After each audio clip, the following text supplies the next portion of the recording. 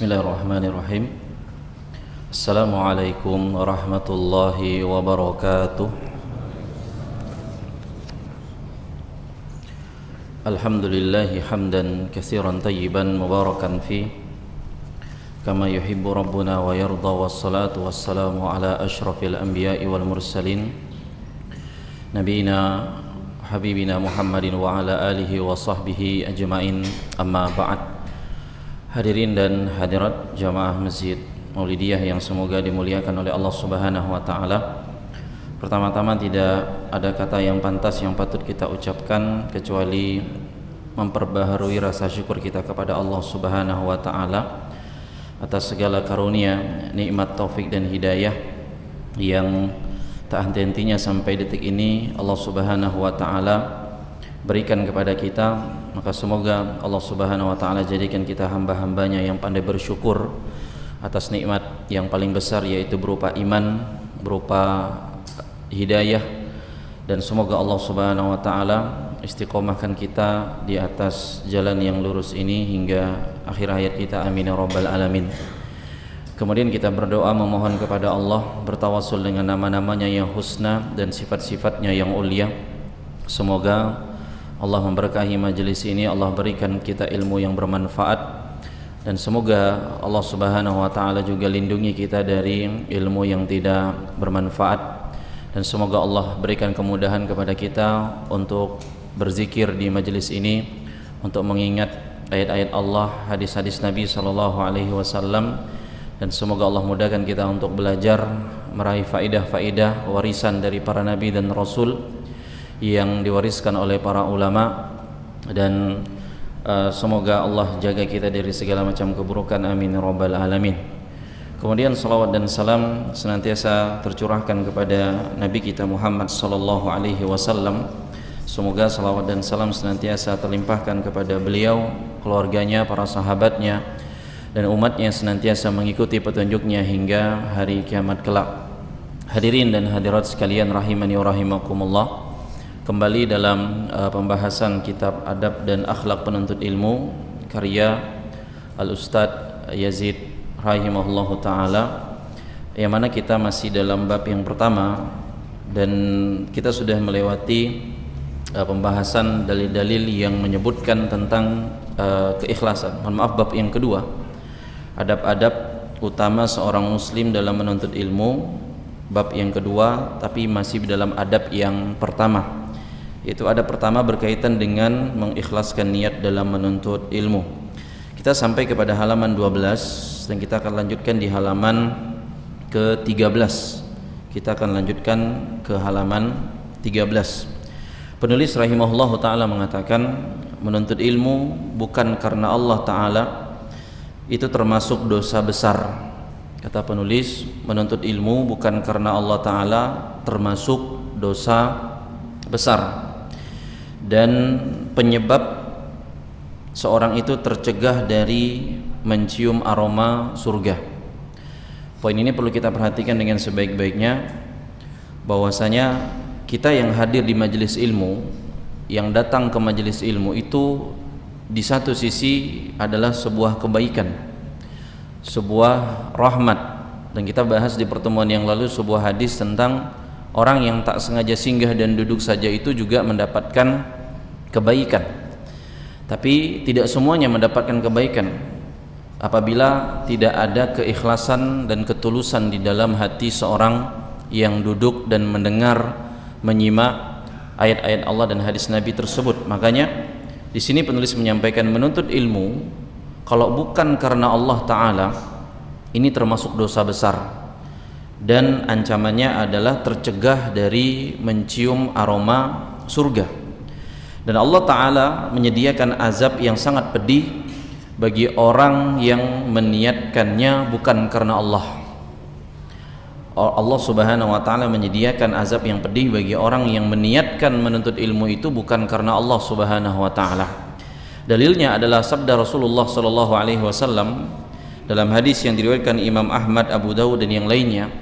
Beliau menyampaikan bahwa man ta'allama ilman, barang siapa yang menuntut ilmu syar'i, mimma yubtagha bihi wajhullah, yang seharusnya semestinya menuntut ilmu agama itu adalah untuk mencari wajah Allah, mencari keridhaan Allah, mencari ganjaran dari Allah.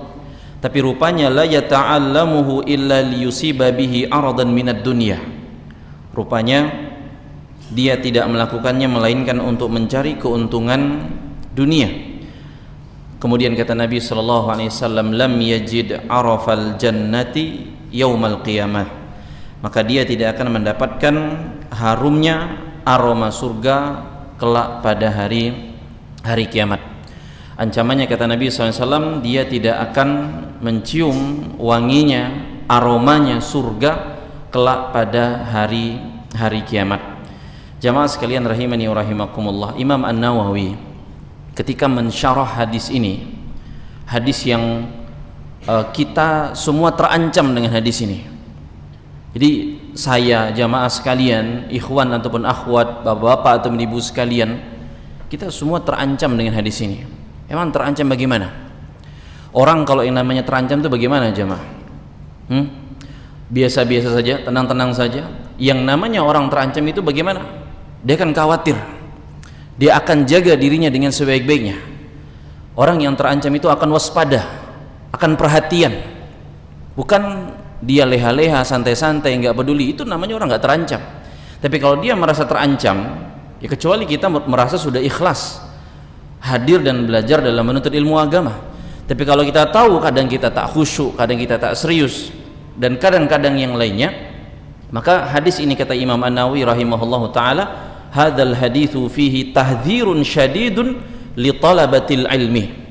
Kata Imam An-Nawawi yang wafat di tahun 676 Hijriah rahimahullahu taala, dalam syarahnya menjelaskan bahwa hadis ini mengandung ancaman peringatan yang sangat keras bagi siapa?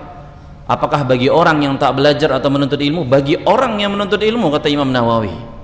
Jadi kita ini terancam, dan ancamannya keras. Ancamannya keras, lebih keras daripada orang yang punya hutang ketika ditagih orang yang punya piutang. Kan gitu kan realita kita di kehidupan ya jamaah. Siapa biasanya lebih kencang biasanya? Orang yang punya hutang apa yang orang punya piutang? Ayo. Belum pernah punya hutang piutang gitu. Biasanya yang di masyarakat itu yang lebih kencang siapa? Yang punya piutang atau yang punya hutang? Gitu, pengalaman ya. Begitu gitu loh. Biasanya lebih kencang yang punya hutang, bukan yang punya piutang, padahal haknya yang punya piutang. Nah, hadis ini ancaman keras yang seharusnya seorang yang belajar menuntut ilmu agama itu merasa terancam. Kalau dia tak ikhlas, maka kata Imam Nawawi rahimahullah ta'ala, ini peringatan keras bagi para penuntut ilmu agar apa? An yakuna qasduhum bi ilmi ghairallah. Jangan sampai dia itu belajar, dia itu menuntut ilmu agama untuk selain dari Allah Subhanahu wa taala. Jangan sampai Anda hadir di sini bukan karena ngisi waktu luang, menghabiskan waktu, atau niat-niat yang lainnya.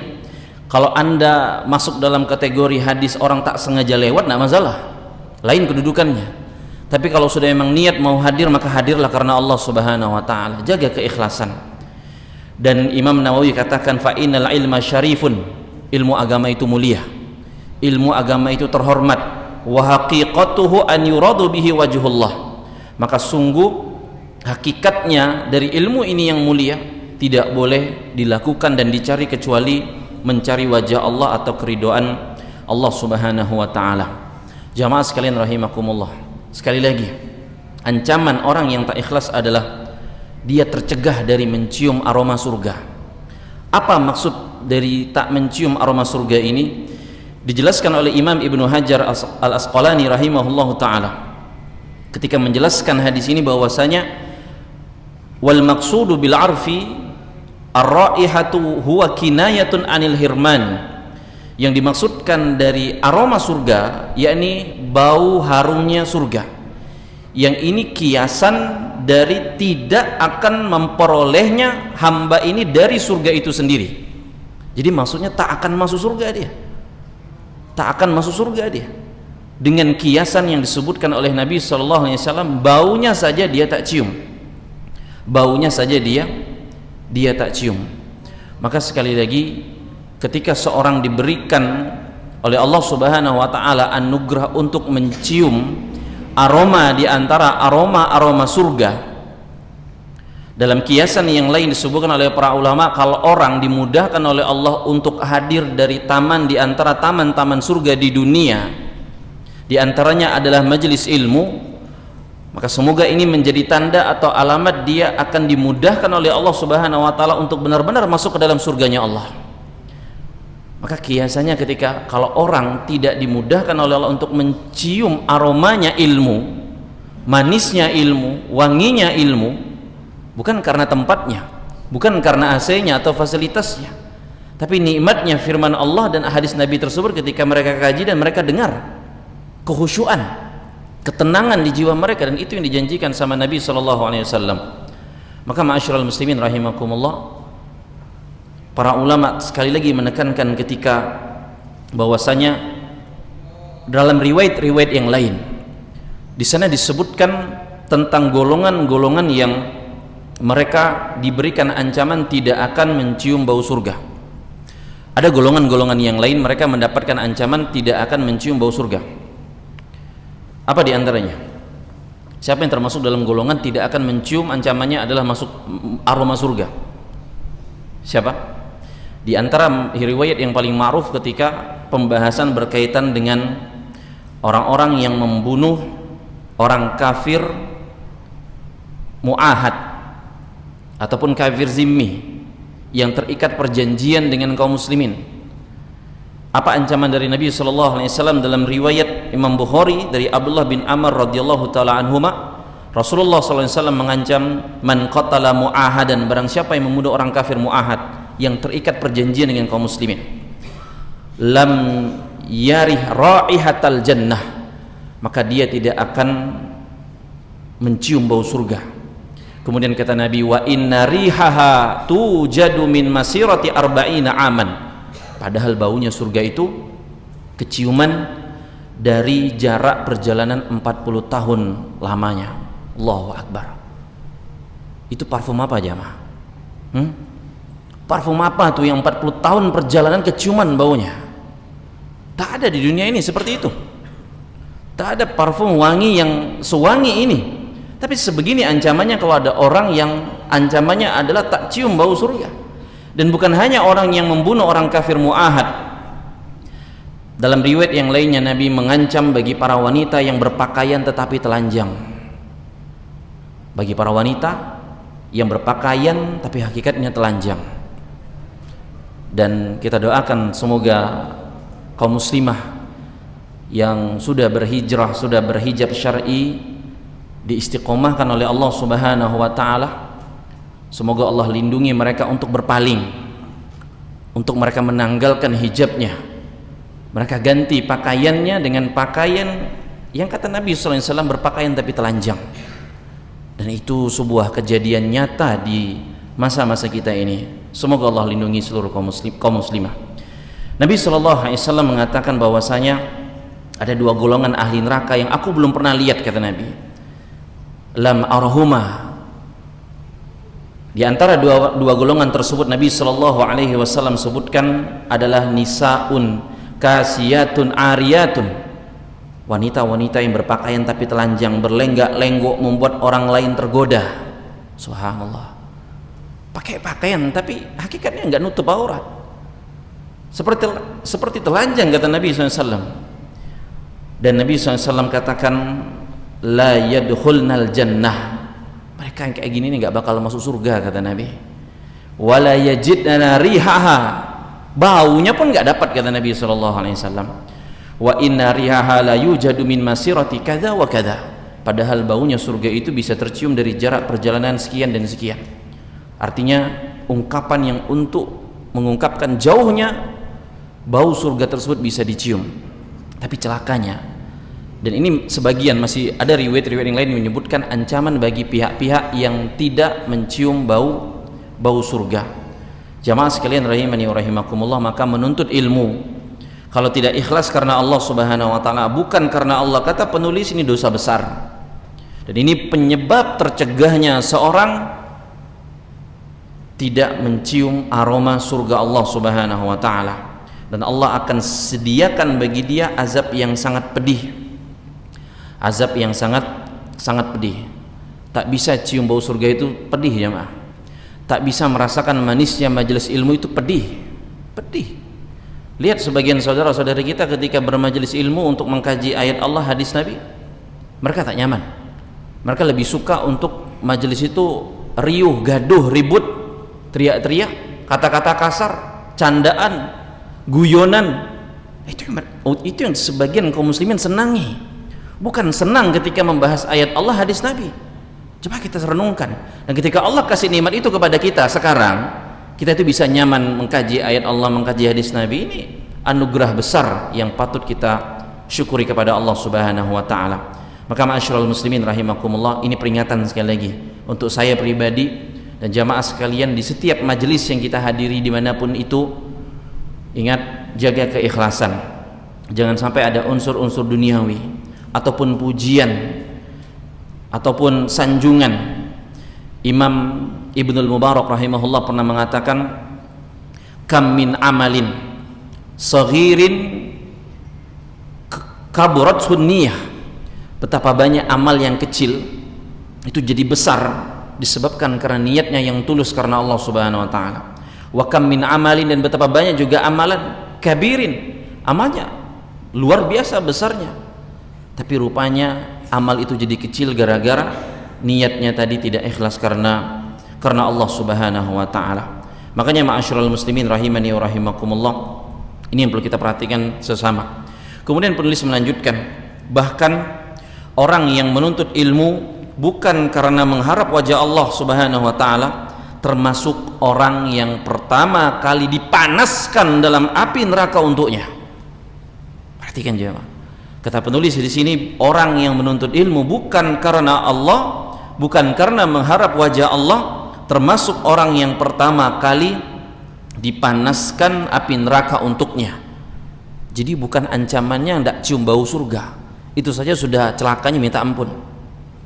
Sekarang disebutkan bahwa dia termasuk orang pertama yang kali dipanaskan di api neraka untuknya. Api neraka pertama kali dipanaskan, nah dia itu dibakar di antara golongannya.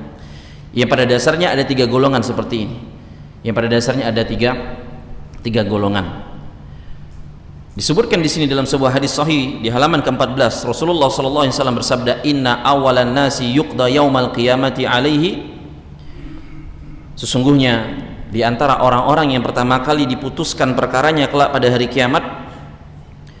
Sekali lagi, ini hadis sebenarnya ada 3 golongan, tapi beliau potong di sini ila qaulihi, sampai kepada sabda Nabi SAW, golongan yang rajulun wa rajulun ta'allamal ilma, seorang yang menuntut ilmu syar'i, rajulun ta'allamal ilma wa 'allamahu, dan dia ajarkan ilmu syar'i tersebut, wa qara'al Qur'an, atau yang orang yang membacakan Al-Quran, fa'utiya bihi, ia dihadapkan di hadapan Allah Subhanahu wa taala, fa'arrafahu ni'amahu fa'arafaha, kemudian Allah Subhanahu wa taala sampaikan, beritahukan nikmat-nikmat Allah kepadanya, dikasih dia kemudahan belajar, dikasih dia kemudahan untuk mengajarkan, dikasih kemudahan dia untuk membaca Al-Quran.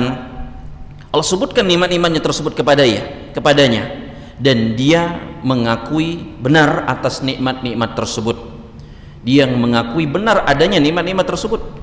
Dia belajar agama, dia bisa mengajarkannya, dia bisa baca Al-Quran. Qala fama amilta fiha, kemudian ditanyakan kepadanya, apa yang kau lakukan padanya dari ilmu yang kau pelajari, dari ilmu yang kau ajarkan, dari Quran yang engkau baca. Maka hamba ini menjawab, perhatikan, ta'allamtul ilma wa 'allamtuhu wa qara'tu fikal Qur'an. Wahai Rabbku, ya Allah, aku menuntut ilmu, aku belajar agama, dan aku ajarkan ilmu agama tersebut. Begitu pula aku baca Al-Quran, ya Allah, itu karena Engkau, ya Allah. Perhatikan jawaban hamba ini jamaah sekalian. Dan itu waliyadzubillah bisa jadi di antara kondisi kita, karena Anda nggak mesti jadi ustadz mengajarkan orang lain. Ketika Anda punya keluarga, punya kerabat, orang terdekat, Anda menuntut ilmu di sini, kemudian Anda ajarkan orang di rumah, keluarga terdekat tersebut, Anda mengajarkan ilmu namanya. Anda juga bisa baca Al-Quran, maka perhatikan perkataan hamba ini. Aku belajar ilmu ya Allah, aku ajarkan ilmu, begitu pula aku baca Al-Quran, itu karena Engkau ya Allah, ikhlas karenamu. Tapi perhatikan jawaban Allah tabaraka wa ta'ala. Allah katakan kepada hamba ini, kadzabta, engkau berdusta, bohong kau itu. Jamaah rahimakumullah, kita kalau ngomong terus orang bilang kita nih bohong, lain apa yang diomongkan sama apa yang diperbuat, itu aja udah nggak enak perasaan kita, nggak suka gitu dibegitukan. Tapi yang mengginikan kepada hamba ini adalah Rabbul Alamin, Allah tabaraka wa ta'ala. Kadzabta, engkau tuh bohong, dusta kau tuh, gak bener kau. Subhanallah.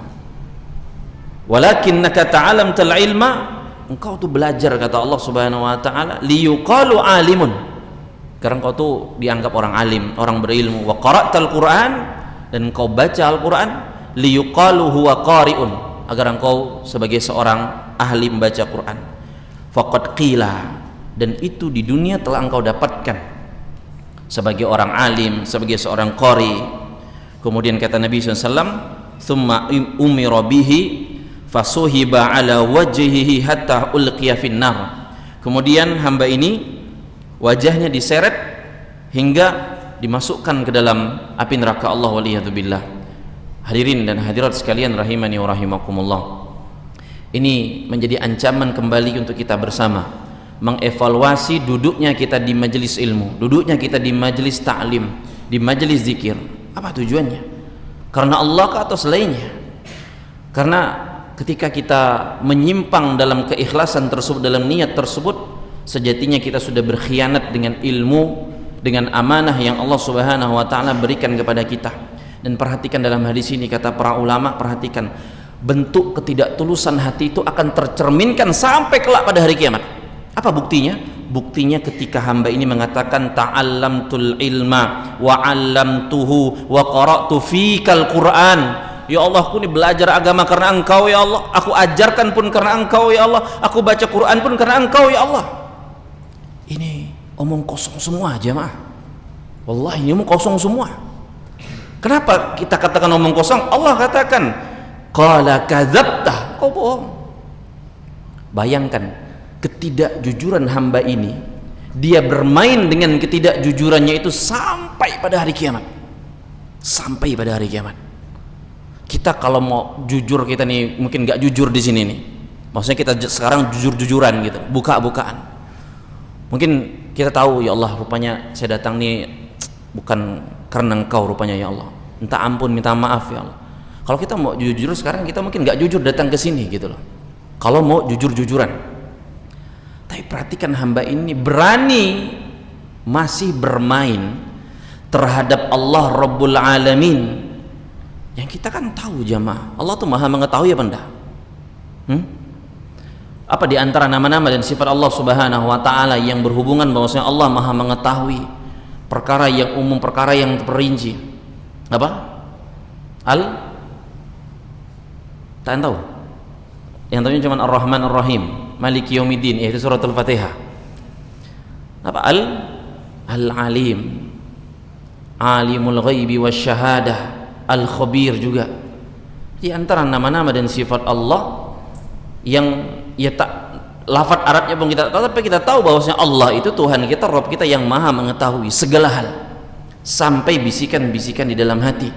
Sebagaimana kata Allah dalam surah Ghafir ayat ke-19, ya'lamu kha'inatal a'yuni wa ma tukhfis sudur. Dialah Allah yang mengetahui pengkhianatan mata kita. Mata kita ini tidak jujur, Allah tahu. Mungkin ustadz nggak tahu, ya nggak mungkin ustadznya juga ngecek satu-satu ini beneran ikhlas apa enggak, nggak akan mungkin. Tapi Allah tahu, Allah Al-Alim Al-Khabir tahu, maha mengetahui. Tapi perhatikan ketika hamba ini dalam hadis ini mengatakan, ya Allah, saya belajar ilmu karena Engkau, saya ngajarkan ilmu juga karena Engkau, saya baca Quran juga karena Engkau ya Allah. Berani dia bermain. Ini real jemaah, ini fakta. Akan ada hamba seperti ini, hamba yang berani mengklaim di hadapan Allah subhanahu wa ta'ala, padahal dia tahu dia tak jujur, padahal dia tahu dia dusta. maka kedustaannya ini langsung ditembak sama Allah Subhanahu wa taala, kadzabta, engkau bohong, engkau dusta. Maka ancamannya akhirnya apa? Wajahnya diseret oleh Allah Subhanahu wa taala, dan ini dijelaskan oleh Imam Ibnu Hajar, balasan orang yang belajar ilmu, yang mengajarkan ilmu tak ikhlas karena Allah, tak tulus karena Allah Subhanahu wa taala. Kata Imam Ibnu Hajar, innama kanal jazaa'u 'alal wajhi. Kenapa dalam hadis disebutkan fasuhiba 'ala wajhihi? Mukanya diseret. Mukanya diseret. Ya. Mukanya diseret. Kenapa muka diseret? Apa hubungannya dengan masalah muka? Ada yang bisa jawab? Apa hubungannya, kenapa di hadis, dan ulama juga jelaskan kenapa berhubungan dengan muka, dengan wajah. Hakadha li'annahu kana yatlubul wajahata fid dunya. Karena kata Imam Ibnu Hajar, dulu ketika di dunia ni orang, ni manusia mencari kehormatan itu ya dengan wajahnya. Wajahnya yang dilihat, yang dipampang, yang dihormati, yang disegani, dan seterusnya. Maka ini wajah yang karena ketidaktulusan tersebut, fajaza'uhu fil akhirati an yudhalla wa yuhana kadzalika. Akhirnya apa? Balasannya di akhirat, hamba ini dihinakan oleh Allah, direndahkan oleh Allah dengan cara wajahnya diseret ke tanah. Untuk apa? Untuk dilemparkan ke dalam hatta ulqiya finnar, sampai dilemparkan ke dalam neraka Allah Subhanahu wa taala. Hadirin dan hadirat sekalian rahimakumullah, ini bukan cerita tentang penzina, ini bukan cerita tentang peminum minuman keras, ini bukan cerita tentang pemain judi online yang lagi marak-maraknya sampai ke santri, mahasiswa, universitas Islam dan segala macamnya. Ustadz saja saya belum ada dengar kalau ada main judi online. Waliyadzubillah, jangan sampai ada. Kalau dengar ustadz main judi online parah. Kalau saya dengar santri itu ada, mahasiswa universitas Islam ada, apalagi pegawai ya jelas juga banyak ada, sampai pegawai di dinas itu pun ada. Ini bukan bicara masalah pelaku-pelaku dosa-dosa tersebut. Apalagi kita mau ngomong ini bulan Desember ada 2 momentum besar yang sering berulang, bukan ngomong orang-orang yang pelaku-pelaku tersebut, bukan. Ini orang yang datang ke majelis ilmu, ke majelis zikir, ke halaqah, ke liqa, pertemuan mereka mengkaji ayat-ayat Allah, hadis-hadis Nabi, masuk dalam hadis Nabi SAW, majtama'a qaumun dan seterusnya. Kebaikan-kebaikan yang luar biasa. Tapi rupanya ketika dia tak ikhlas, dia malah klaim di bawahnya dia ikhlas, Allah seret wajahnya dan dilemparkan ke dalam neraka Allah, waliyadzubillah. Maka semoga Allah lindungi kita, dan kita ulangi juga bahwasanya itulah pentingnya merenungi dari khutbatul hajah. Innal hamdalillah nahmaduhu wa nasta'inuhu wa nastaghfiruh wa na'udzu billah. Saya berlindung kepadamu Engkau ya Allah. Karena kadang kami ini takut datang nih, rupa kami ini resikonya adalah wajah kami diseret ke dalam neraka-Mu. Waliyadzubillah. Ma'asyiral muslimin rahimakumullah. Sekali lagi ulama menekankan, menunjukkan bahwa amal apapun, menuntut ilmu, sholat, haji, umroh, kalau nggak ikhlas, camkan baik-baik jamaah, apa yang terjadi? Yang terjadi adalah kehinaan, demi Allah. Makanya para ulama itu selalu berusaha menjaga keikhlasan, takut mereka kalau terlalu disanjung, dipuji. Karena kalau amal itu nggak ikhlas akan berujung kepada kehinaan, meskipun tampak besar di mata manusia. Orang lihat, oh masya Allah prestasinya ini itu segala macam. Tapi kalau nggak ikhlas jamaah, ini jadi bumerang bagi kita, hancur kita, hina kita. Dan pelajaran akhir-akhir ini yang viral mungkin di negara kita itu sudah jadi pelajaran besar. Betapa orang itu mungkin udah pada puncaknya karirnya, statusnya, kedudukannya. Lihat betapa ketika mudahnya Allah ingin menghinakan seseorang, apalagi di zaman seperti ini. Siapa yang bisa memendung? Maka jaga hati kita, jaga keikhlasan kita kepada Allah Subhanahu wa taala, dan takutlah kita itu terjungkal nih wajah kita. Takutlah kita itu diseret ke neraka Allah Subhanahu wa taala. Jangan sampai enggak ada rasa takut. Jangan sampai tak ada rasa kita ini berlindung sama ya Allah, kami berlindung dari buruknya amal-amal kami. buruknya perbuatan-perbuatan kami, buruknya adab kami di majelis ilmu dan hal-hal yang lainnya.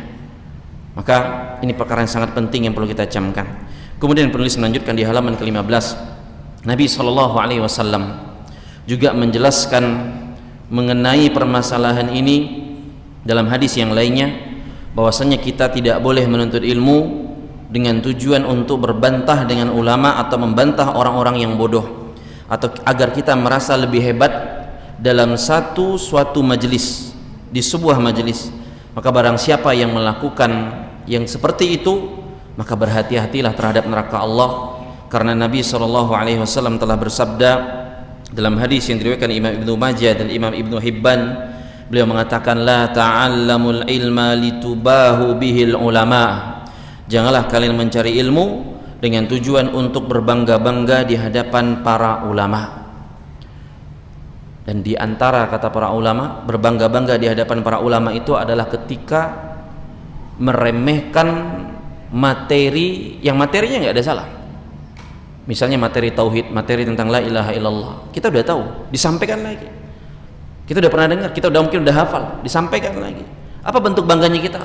Saya udah tahu, nggak perlu dengar lagi. Dan segala bentuk pembanggaan terhadap dirinya tadi, ujub dia. Kemudian kata Nabi SAW, wala tumaru bihi sufaha, dan begitu pula belajar jangan untuk membantah orang-orang bodoh. Apa maksud membantah orang-orang bodoh? Merendahkan orang-orang awam, orang-orang yang tak punya ilmu. Mungkin para pedagang eceran gitu ya, pedagang es teh misalnya. Boleh merendahkan pedagang es teh? Enggak boleh. Siapapun, orang awam, orang nggak ngerti, masih baru mau belajar, jangan sampai kita belajar itu punya ilmu untuk begitu. Dan ini ditekankan Nabi, wala tumaru bihi sufaha, jangan kalian itu untuk membantah orang-orang bodoh, merendahkan mereka, menjatuh-jatuhkan mereka, menjelek-jelekkan mereka. Wala takhayyaru bihil majalisa, dan janganlah kalian memilih majelis untuk mencari perhatian orang dengannya, pengen dilihat, pengen dianggap lebih, pengen dan seterusnya. Kemudian kata Nabi SAW, faman fa'ala dzalika, barang siapa yang melakukan hal demikian, fannaru annar, maka neraka tempatnya, kata Nabi SAW. Ma'asyiral muslimin rahimakumullah, ini ancaman sangat-sangat keras, sangat-sangat tegas dari Nabi SAW. Sekali lagi, kalau kita tak merasa terancam, sungguh kerasnya hati kita, sungguh matinya hati kita, hambarnya hati kita kalau diancam sama Allah itu tak tertegun. Kalau diancam sama orang nggak sengaja senggol di jalan, emosi bisa memuncak, tekanan darah naik. Tapi ketika ancaman-ancaman seperti ini, itu heart rate kita tuh gitu-gitu aja, detak jantung tuh biasa-biasa aja. Mungkin malah sebagian kita mungkin ngantuan. Apa kita nih? Kenapa kita nih? Gitu kan ya. Tak ditegur dengan ayat-ayat Allah juga tak ada rasa, ditegur dengan hadis Nabi juga nggak ada rasa. Tapi kalau ditegur sama orang, kadang kesinggungannya lebih mengalahkan itu semua. Ma'asyiral muslimin rahimani wa rahimakumullah, hadis-hadis ini sekali lagi menjadi peringatan keras bagi kita agar jangan sampai tak ikhlas dan keliru dalam menuntut ilmu itu bukan karena Allah Subhanahu wa taala. Maka semoga Allah Subhanahu wa taala menolong kita untuk selalu menjaga keikhlasan kita, menjaga kesucian hati kita, dan selalu terus mengevaluasi, karena begitulah orang-orang beriman, terus memperbaiki ya sampai puncaknya di akhir kehidupannya dia menutup dengan husnul khatimah tersebut. Ma'asyiral muslimin rahimakumullah, mungkin materi kita cukupkan sampai di sini. Insyaallah kita akan lanjutkan di pertemuan yang akan datang berkaitan dengan beberapa nasihat dari para salafus saleh, dari para ulama tentang masih berhubungan dengan keikhlasan di dalam menuntut ilmu agama. Kita akan bacakan beberapa pertanyaan yang sudah masuk. Semoga Allah mudahkan. Wassalamualaikum warahmatullahi wabarakatuh. Pertanyaan yang pertama, apa hukum liqa'an, Ustaz? Apa hukum liqa'an? Tahu liqa'an jemaah? Bahasa apa ini? Bahasa Arab. Ya. Biasanya kalau belajar bahasa Arab ilal liqa, sampai bertemu kembali. Artinya pertemuan. Cuman yang saya pahami mungkin yang bertanya ini maksudnya liqa ini beberapa pihak yang bertemu, berkumpul, ya pengajian juga jadinya, atau enggak tahu lah apa pengajian benar murni atau ada apa hal-hal yang lainnya.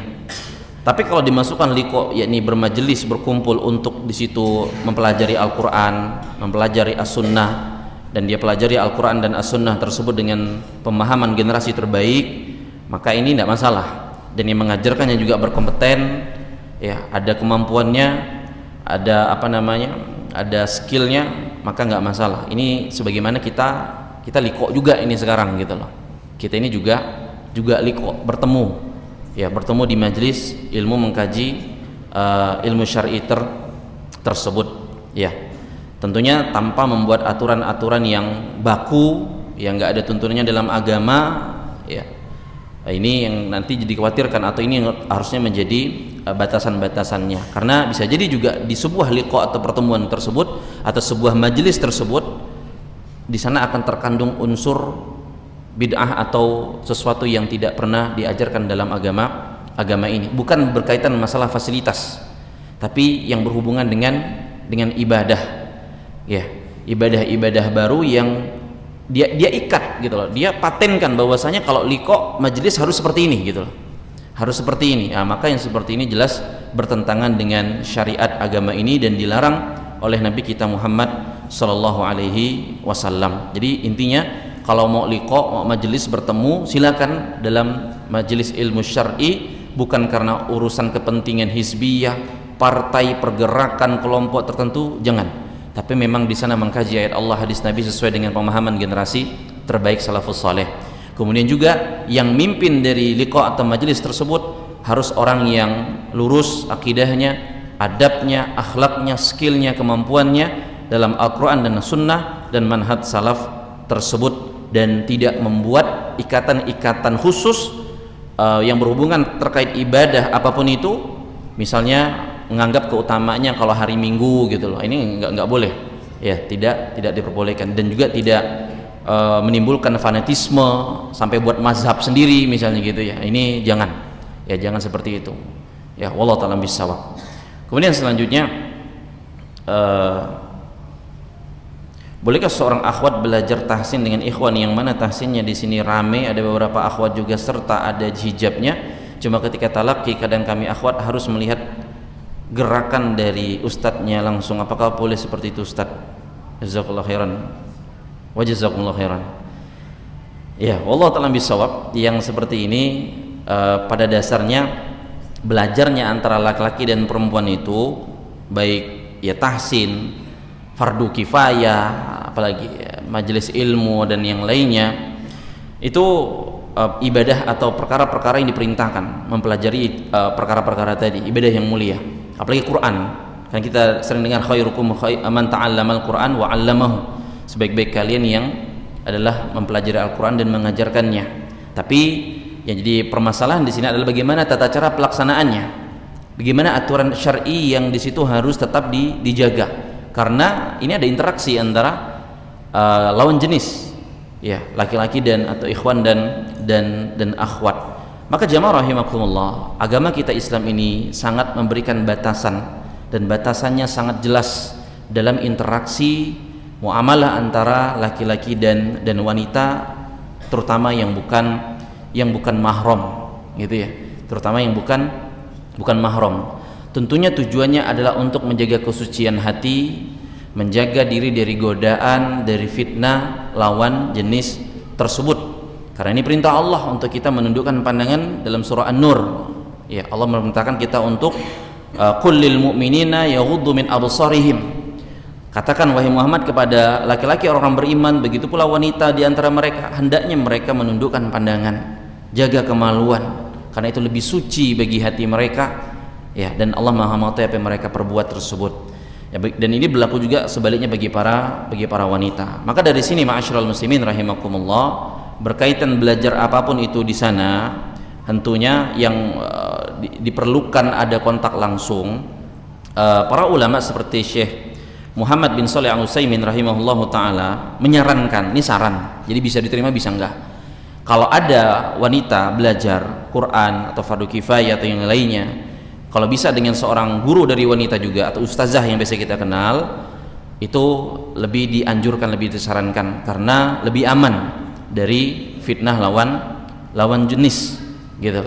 Kalau ada, ya kalaupun nggak ada, harus misalnya laki-laki dan memerlukan kontak visual secara langsung, entah tadi misalnya belajar baca Quran, gerakan bibir atau gerakan tubuh atau badan, misalnya fikih sholat dan seterusnya, ya harus ada pengawasan ketat bersama, dipantau bersama, ya walaupun mungkin ada hijab misalnya, ada pembatas, sekali lagi harus ada pemantauan bersama agar tidak terjadi yang tidak diinginkan seperti itu, ya agar tidak terjadi hal-hal yang tidak diinginkan. Walaupun tetap yang lebih diutamakan tadi, kalau ada ustazah atau guru wanita itu yang lebih dikedepankan, yang memiliki kemampuan atau skill tadi dalam tahsin, tajwid, fardu kifayah atau fikih dan yang seterusnya. Kalau nggak ada, maka jaga batasan dengan sebaik-baiknya, seketat mungkin. Misalnya ustadz kalau bisa sama istrinya gitu loh, kalau ikhwan ya sama istrinya juga. Kalau nggak ada istrinya ustadz, ya saya rasa masih banyak alternatif lain. Para ulama banyak katakan ya video rekaman itu juga udah banyak. Teknologi pada hari ini juga banyak memudahkan, ya saya rasa banyak kemudahan dibuka oleh Allah. Tentunya jangan kita memilih yang paling mudah dalam sebuah permasalahan kalau itu nyatanya bisa menjerumuskan kita kepada fitnah, ya karena ini juga nasihat dari para ulama. Nah, wallahu ta'ala bisawab. Kemudian ini pertanyaan terakhir di sini, bagaimana seharusnya sikap anak sebagai seorang guru halaqah ketika ada murid yang kurang adabnya kepada anak, seperti menghibahi anak, mengolok-olok, membanting meja dan pintu ketika halaqah. Subhanallah, anak sebagai guru telah menegur murid tersebut, tetapi orang tua murid tersebut tidak terima. Ini luar biasa jemaah. Ya, intinya pelajaran sabar ini sudah dikedepankan. Sabar harus tuh. Saya nggak mungkin mengatakan kepada sang guru ini, oh nggak bisa, lawan gitu loh, gas gitu, nggak itu bukan manhaj salaf, nggak ngajarkan demikian.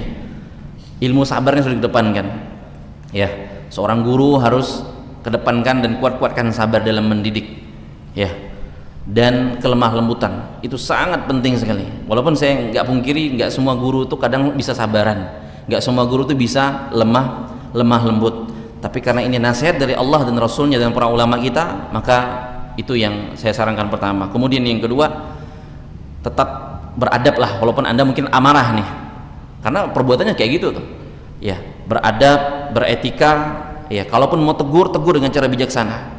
Ud'u ila sabili rabbika bil hikmati wal mau'izatil hasanah, ya ajak manusia ke jalan Allah itu dengan cara yang bijaksana, cara dengan contoh yang baik. Sabar, kalau mau keluarkan sabar, ingat Nabi ditolak di Taif, dilempar batu sampai berdarah-darah. Nah ini yang nanya kan nggak bilang sampai berdarah, nggak ada kan yang nanya, dia cuma bilang lempar meja, banting pintu. Berdarah nggak? Oh nggak, aman masih seperti gitu loh, karena Nabi sampai berdarah gitu loh. Kalau anda udah sampai berdarah, mungkin ya dekat-dekat levelnya Nabi SAW dalam kesabaran dalam orang yang dididik tersebut. Kalau menghadapi orang tua yang nggak diterima, ya sampaikan teguran baik-baik, ya dengan bicara secara pribadi dari alasan tersebut dengan tenang, tanpa menjudge, mengkonfrontasi gitu. Karena tujuan utamanya, ingat, kita ini lagi mau didik anaknya, bukan mau beradu dengkul, lutut, tinju sama orang tuanya tersebut.